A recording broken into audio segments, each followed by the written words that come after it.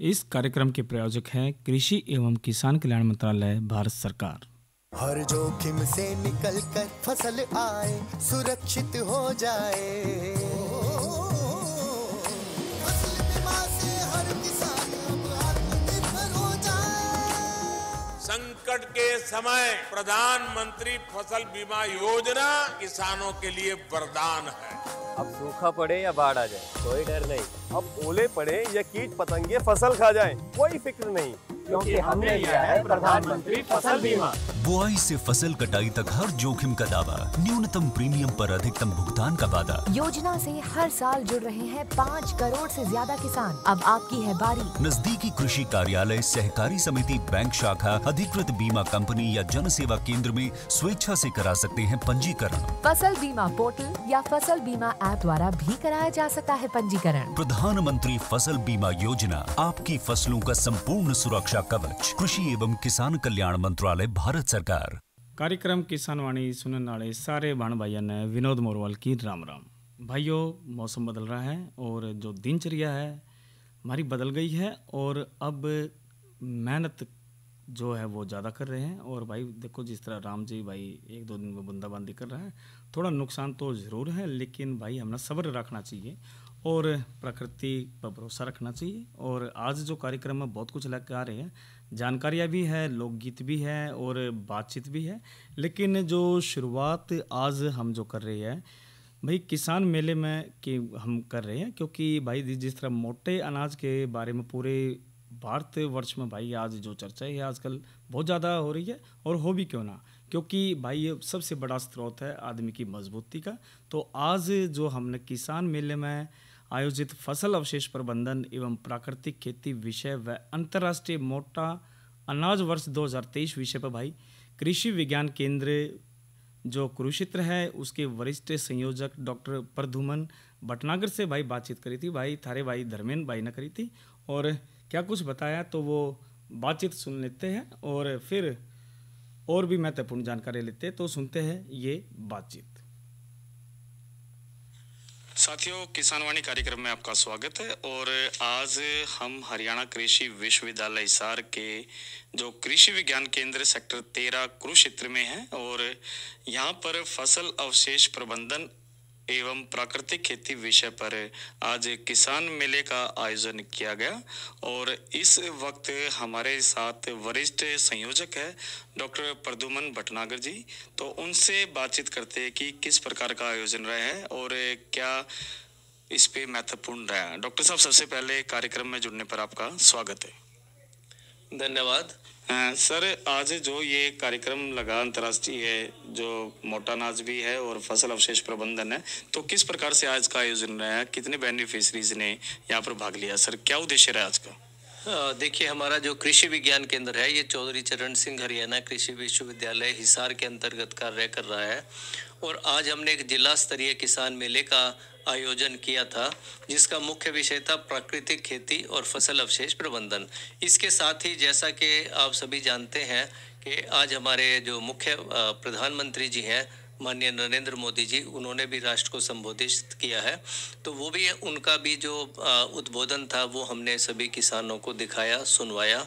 और इसके साथ साथ जो अंतर्राष्ट्रीय मोटा अनाज वर्ष 2023 मनाया जा रहा है उसके अधीन यहाँ पर हमने जो महिलाओं को जो प्रशिक्षण दिया था उसके तहत लगभग 24 अलग अलग तरह के जो है बाजरे के और मोटे अनाज के व्यंजनों की यहाँ प्रदर्शनी लगाई गई थी, जिसका अवलोकन जो धर्मवीर मिर्जापुर जी हैं उन्होंने इसका अवलोकन किया और इसकी बहुत ही सराहना करी। तो डॉक्टर साहब, इस कार्यक्रम में कितने किसान, प्रगतिशील किसान बहन भाई जुड़े और इस अवसर का लाभ उठाया? आज जैसा कि हम सभी जान रहे हैं कि सुबह से ही बारिश हुई, कल रात बहुत तेज बारिश हुई, पूरे दिन रुक रुक के बारिश होती रही। इसके बावजूद हमारे केंद्र में लगभग 250 से अधिक किसान और महिलाओं ने भाग लिया। तो और इन्होंने बहुत रुचि से जो भी हमने विषय बताए थे उनके बारे में सुना। डॉक्टर हरिओम जी, उन्होंने भी प्राकृतिक खेती के ऊपर अपना व्याख्यान दिया और साथ साथ जो यहाँ के जो वैज्ञानिक हैं डॉक्टर सरिता रानी, उन्होंने किसानों के को मोटे अनाज के महत्व के बारे में बताया, उसकी खेती के बारे में भी बताया। तो डॉक्टर साहब, आज फसल अवशेष प्रबंधन एवं प्राकृतिक खेती विषय पर ये मुख्य कार्यक्रम था। तो फसल अवशेष प्रबंधन क्या चीज़ है और प्राकृतिक खेती को किस प्रकार से हम इसको समझ सकते हैं और क्या इसमें हम देख रेख हमने रखनी चाहिए? देखिए, फसल अवशेष प्रबंधन और ये हमारी जो प्राकृतिक खेती है, इसको अपनाकर हम बहुत अच्छी जो है मोटे अनाज की पैदावार कर सकते हैं। और जहाँ तक इन पोषक तत्वों इनमें मोटे अनाज की बात करें तो जैसे कि बाजरा है, रागी है और इसमें ज्वार है, हमारे मुख्य इस एरिया में जो यही मोटी फसलें हो रही हैं। तो बहुत समय से इसका गेहूं का लंबे समय से हम इस्तेमाल कर रहे हैं। तो जबकि जो ऐसे जो मोटे अनाज हैं उनके बारे में पोषक तत्व भरपूर हैं, पर हमें अब इनको अपने भोजन प्रणाली में शामिल करना पड़ेगा। तो अवशेष प्रबंधन, फसल अवशेष प्रबंधन में क्या ध्यान रखना चाहिए सर इसमें? फसल अवशेष प्रबंधन में तो हमने किसानों को विभिन्न समय पे पूरे वर्ष ही लगभग ये कार्यक्रम चलाया है।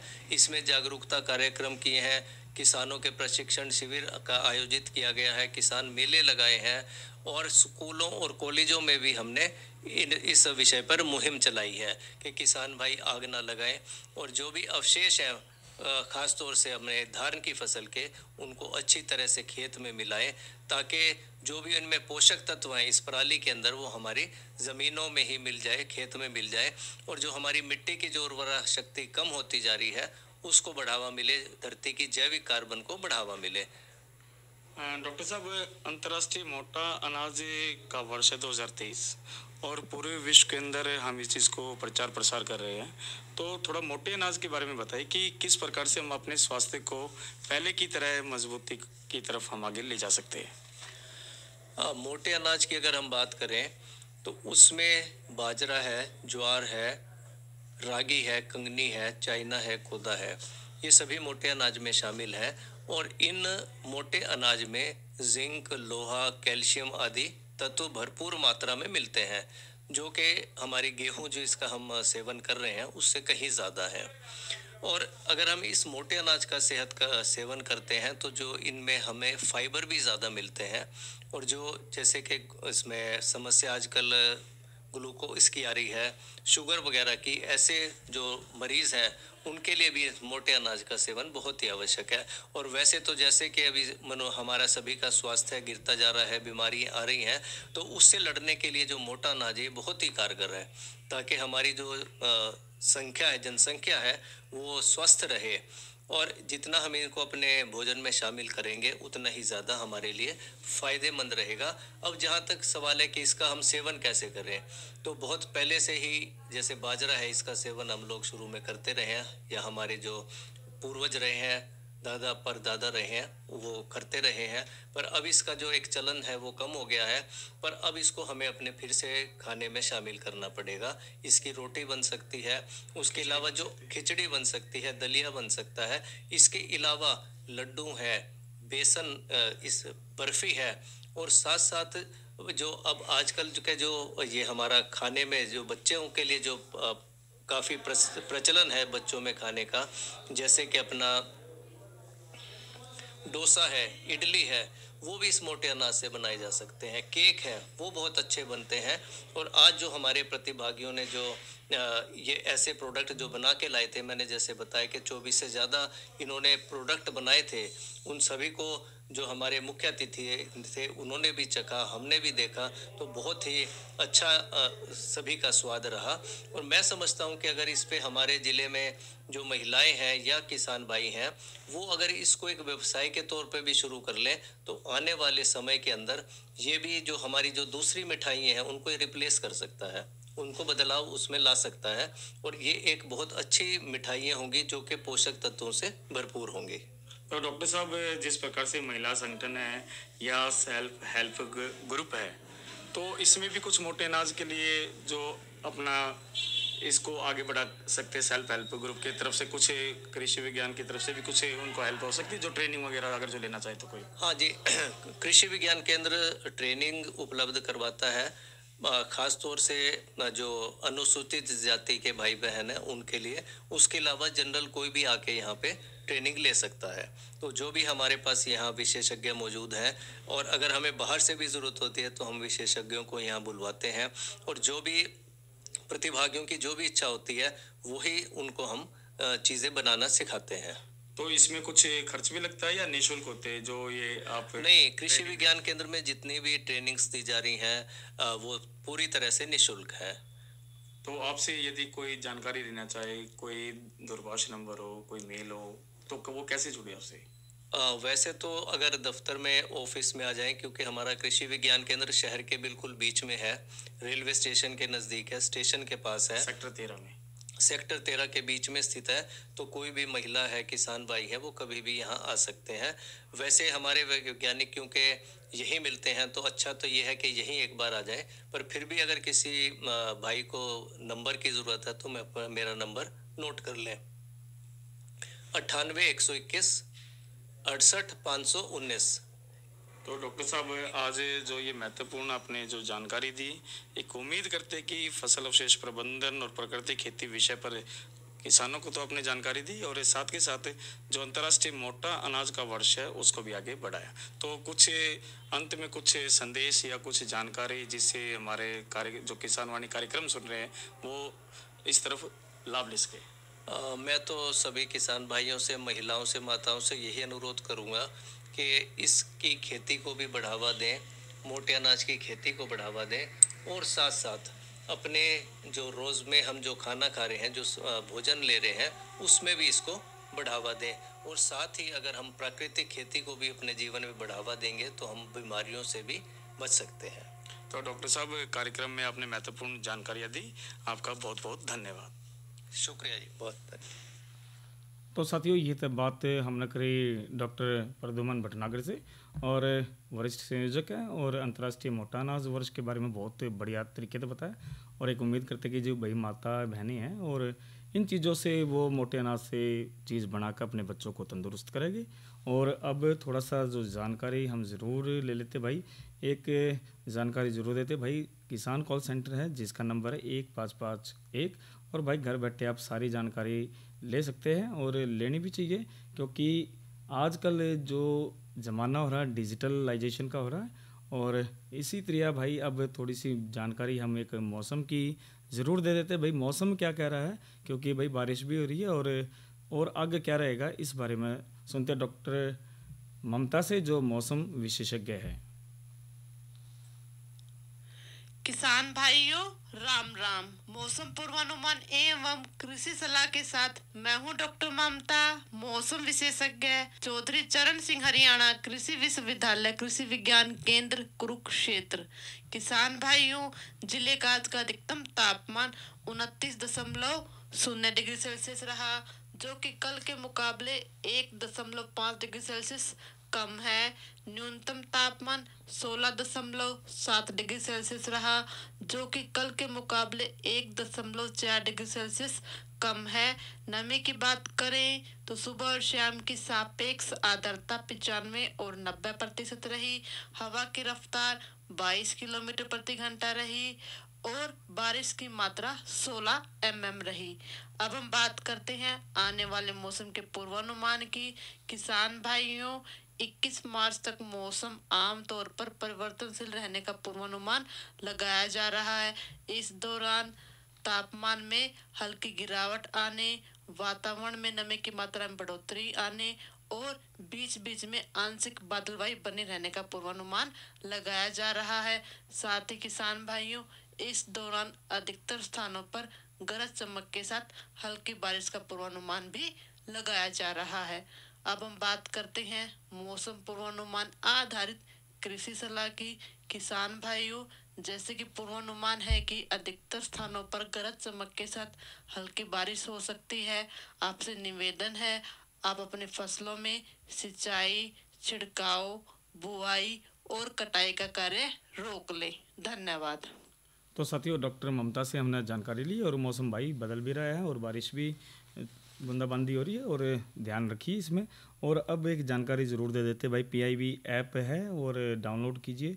और भाई जितनी भी कृषि से संबंधित सारी जानकारी भाई आपको घर बैठे मिलेगी, और इस ऐप के माध्यम से आप कृषि के बारे में जो भी जानना चाहते हो आपको घर बैठे मिलेगी, और ऐप बहुत बढ़िया है। और इसके साथ एक चीज़ हम ज़रूर बता देते हैं कि भाई जो ऐप है ना, ऐप के माध्यम से इस पे आप घर बैठे जिस तरह पशुपालन है, उर्वरक है, इसकी जो किसान कल्याण मंत्रालय और किसान के जो और अन्य कार्यक्रम में साझा की गई है, और जो दैनिक जानकारी है वो भी आप घर बैठे इस पर ले सकते हो। और अब एक बात जरूर कर लेते हैं प्राकृतिक कीटनाशक दवा तैयारी और प्रयोग विधि की। एक यह भी महत्वपूर्ण जानकारी है, क्योंकि साथियों प्राकृतिक खेती जब भी अपनाओगे कीटनाशक दवा तैयारी प्रयोग की विधि भी हमने जरूर बेरा होना चाहिए। एक हंडी काथ है, यानी कि हंडी दवा भी बोल देते हैं, या देसी जड़ी बूटी युक्त दवा से, और इसमें सारे प्रकार की भाई कीट बीमारियों को नियंत्रण कर सकते हैं। और सामग्री की जब हम बात करते हैं तो 1 किलो देसी गाय का गोबर और 4 लीटर देसी गाय का मूत्र, नीम की पत्तियाँ 1 किलो ले लो इसमें, और भाई शरीफा का जो पत्ता है वो 1 किलो, और करंज की जो पत्तियाँ है वो 1 किलो ले लो इसमें, और 1 किलो जो तंबाकू पत्ता है, और 1 किलो जो पुट्स है, और गुड़ की जब हम बात करें तो 50 ग्राम ले ले, और 1 मुट्ठी दीमक मिट्टी ले ले भाई इसमें। और हांडी कांड, और यानी हंडी दवा किस तरह तैयार करते हो भाई, जो हमने जो सामग्री बताई इसने अच्छी तरह कूट कर मिला ले, और जो माटी के बर्तन में भरकर 7 दिन तक इसमें रखा है, क्यों जब इसलिए हांडी का हमें वो जो बर्तन ले रहे तो हांडी दवा इसलिए बोल देते हैं। और 7 दिन के बाद भाई जो सारी सामग्री इसने निचोड़ कर इसकी काथली काट कर लेवा, और काथ को मार के कपड़े तक छान कर भाई डब्बे में भर कर रखे, और बचे हुए सामग्री को फिर तय उसी मिट्टी के बर्तन में डाल कर 1 लीटर देसी गाय का जो मूत्र है उसमें मिलाकर रख देना है, और यह काथ हर हफ्ते लेना है, और 1 लीटर गाय का जो मूत्र मिलाना है, और अगले 6 महीने तक यह हंडी दवा निकाल के उपयोग हम कर सकते हैं। और 100 मिलीलीटर काथ को 5 लीटर पानी में मिलाकर खड़ी फसल में स्प्रे करें, और बालक फसलों या फिर पौधे के लिए 10 लीटर पानी में 100 मिलीलीटर हंडी खाद मिलाना है, और इस खाद को स्प्रे तक 10 से 15 दिन के अंतराल पर हमने किसी भी फसल पर हम इसमें कर सके हैं। और दवा स्प्रे के लिए भाई 15 लीटर पानी में 1 रुपये वाले 1 पैकेट शैम्पू मिला देवा, और स्प्रे का जो समय सुबह या शाम को ही इसमें स्प्रे करना चाहिए। तो भाइयों यह प्राकृतिक कीटनाशक दवाइयाँ और तैयारी के प्रयोग की हमने बातें करी, और इसी तरह जो इसमें यह जो दवा है अग्निस्त्र या दवा प्रयोग कीट जैसी लाई, थ्रिम्स, लीफ रोलर, फल और तना छेदक नियंत्रण इसमें कर सकते हैं। और बर्तन बनाने इसमें बात कर लेते बनाने की विधि। एक बर्तन ले लेवा, 5 लीटर देसी गाय का मूत्र ले लेवा, इसमें 500 ग्राम तंबाकू ले लेवा, 250 लीटर पानी में, और 250 ग्राम लहसुन और 2.5 किलो नीम की पत्ती लेकर इसमें कूट लेवा, और घोल 5 भाग में रहने का उबाल लेवा, और 24 घंटे तक इसमें किणो रेतु रख देवा, और जो सूती कपड़े तक छान ले तो भाई 100 मिलीलीटर दवाई को 5 लीटर पानी में मिलाकर शाम के टाइम में स्प्रे करना चाहिए। और अब बात हमने बहुत ज़्यादा तो करी नहीं है, लेकिन कुछ बात और महत्वपूर्ण रह गई है, और चर्चा जरूर करेंगे। और आज की नसीहत नई फसल नई उमंग टमाटर की काश्त के बारे में बात करेंगे, लेकिन बहनों और भाइयों का मनोरंजन करवा देते हैं कार्यक्रम किसान वाणी में।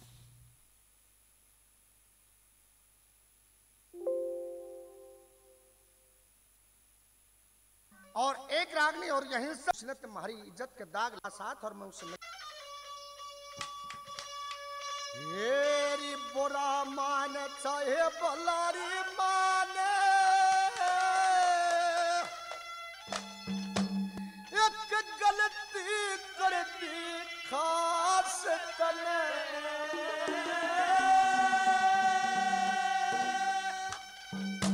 हेरी दरबारा में छोर माजरा ये भूखे दासी दास करे, मोरा मान चाहे ये भला माने के गलती करे खास तने, दरबारा में छोर माजरा ये भूखे दासी दास करे, मोरा मान चाहे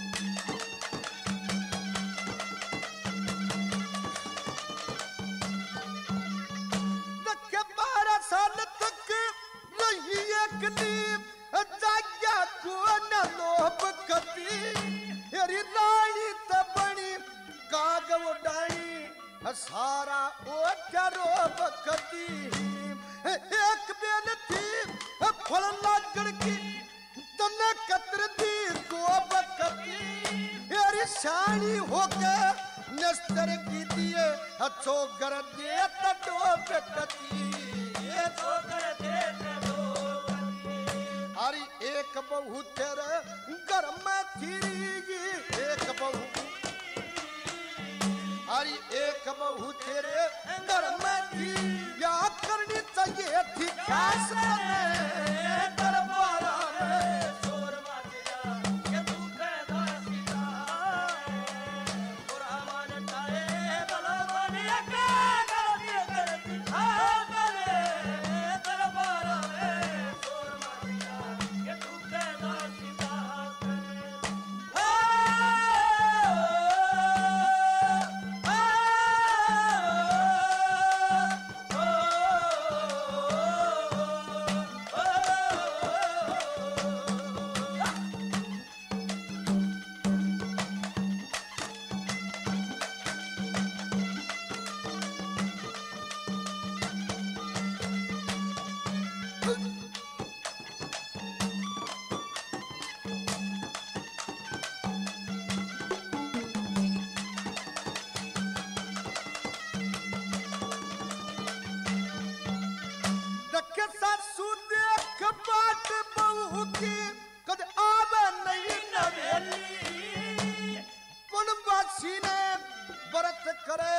प्रसाद चढ़ावे बेली एक पवन तरार बेटा थवा अंजना बहू अकेली तेरी बात न कर बे काट दई करे उल्टे बास बरेली करे उल्टे बास बरेली अरे नो मामी नारी गर्भ लाग रारी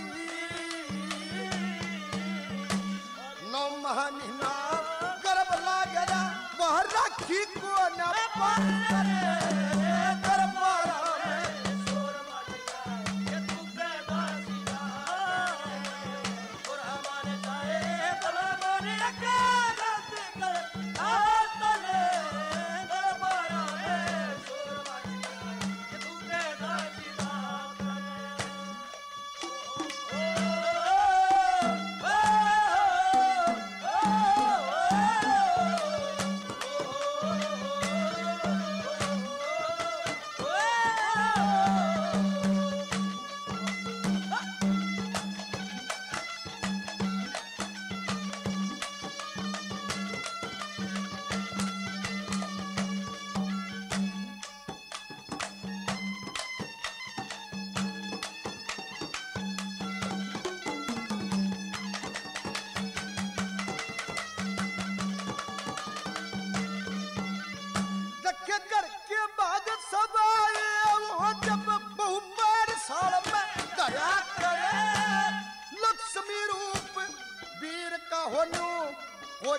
मैदान जरा करे देखे बेटा कन्नू खाया जा और के बुड़का भरा करे बेटे का घर बशर है नो माला राम की फेरा करे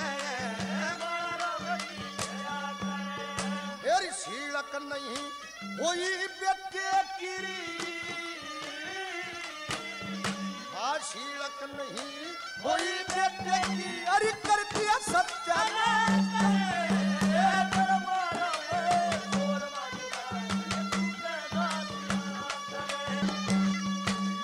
नो महीने हुए अंजना का ठाडा याद था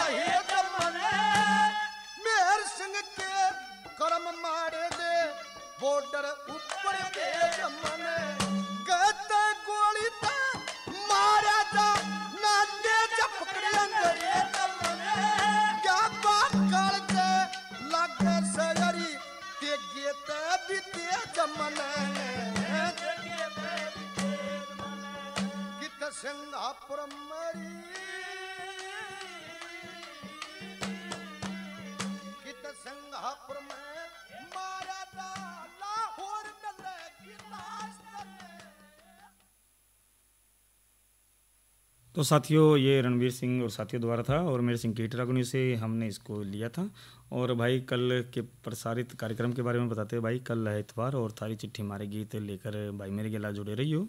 और सोमवार को जो कार्यक्रम हम लेकर आए हैं इसमें जो चर्चा करेंगे किसानवाणी में मृदा स्वास्थ्य कार्ड, और आज की नसीहत के दौरान हम जो बात करेंगे कृषि में टपका सिंचाई के महत्व के बारे में, और बहुत कुछ महत्वपूर्ण जानकारियां हैं। और अब थोड़ा एक माना इसमें बता दें टमाटर की काश्त के बारे में ज़रूर बता देते कि भाई जो टमाटर है तो बहुत बढ़िया फसल तो है और सूप सलाद चटनी सारी चीज़ें हम ले हुए हैं। और जो मट्टी की बात करते हैं भाई सारी मट्टियाँ हम ये उगा लेते हैं। और जो इसमें उन्नत प्रभेद की बात करें तो पूसा रूबी है, पूसा गौरव है, S102 है, हिसार अरुण है, हिसार लालिमा है, हिसार ललित है, तो ये हो गई। और शंकर किस्म की वैशालीन होगी, रूपाली होगी, नवीन है, रजनी है। तो ये जो है इसमें जब तैयारी की बात करते थे भाई 400 टमाटर के पौधे नर्सरी में तैयार करते हैं। इसके लिए भाई लगभग 500 ग्राम बीज प्रति हेक्टेयर की दर से इसमें ठीक रहता है। और शंकर किस्म बीज की मात्रा प्रति हेक्टेयर 200 ग्राम रहती है। और भाई इसमें खेत की जो तैयारी की बात करें 3 से 4 बार इसमें जोत का चित्रिया मिला देवा है।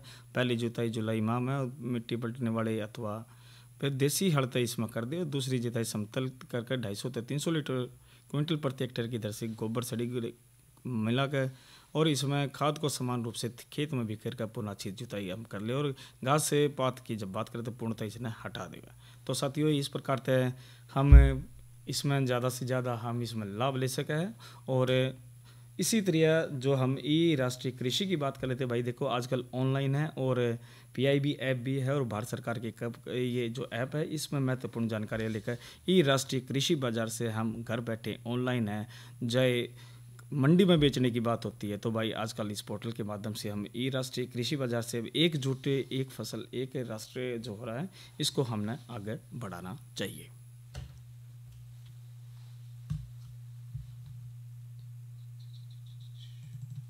अरे अरे अरे क्या कर रहा है? इधर इधर इधर हम बोल रहे हैं तेरे बीजू का। पुतला बोल रहा है? पक्षियों से तो हम खेत को बचा लेते हैं, पर इन घातक रसायनों से कैसे बचाएं? मतलब? देख बेटा, तू जो ये अंधाधुंध रसायन मिलाता है ना, मिट्टी की सेहत बिगड़ने लगी है। और जब माटी ही कमजोर पड़ जाएगी तो उपज कैसे सेहतमंद होगी? अरे पहले ऐसा नहीं था। पूछना अपने बड़े बुजुर्गों से, कैसे फसल लहलहाती थी, शुद्धता झलकती थी। हाँ, माटी भी तंदुरुस्त और लोग भी। अब पहली वाली बात कहाँ? पर अब तो सब यही डाले हैं। सब नहीं, आज भी लाखों जागरूक किसान परंपरागत विधि से फसल उगा रहे हैं। खर्चा कम और उपज की कीमत भी बेहतर पा रहे हैं। सच है? रे बेटे एक्सपीरियंस से बता रहे हैं, धूप में बाल सफेद नहीं किए हैं। हाँ। ठीक है भाई, मैं भी आज से जैविक खेती शुरू करूंगा। माटी से प्रेम की परंपरा है, परंपरागत खेती। तो साथियों आज जो हमने बात करी, उम्मीद करते हैं कि भाई सारे बहन भाइयों ने पसंद आई है और इन बातों का अनुसरण करके समाज को और देश को हम मजबूत बनाओगे। तो भाइयों अपने भाई धर्मे को आज के अंक में इजाज़त दीजिए। सारे बहन भाइयों ने राम राम। और इस कार्यक्रम के प्रायोजक थे कृषि एवं किसान कल्याण मंत्रालय, भारत सरकार।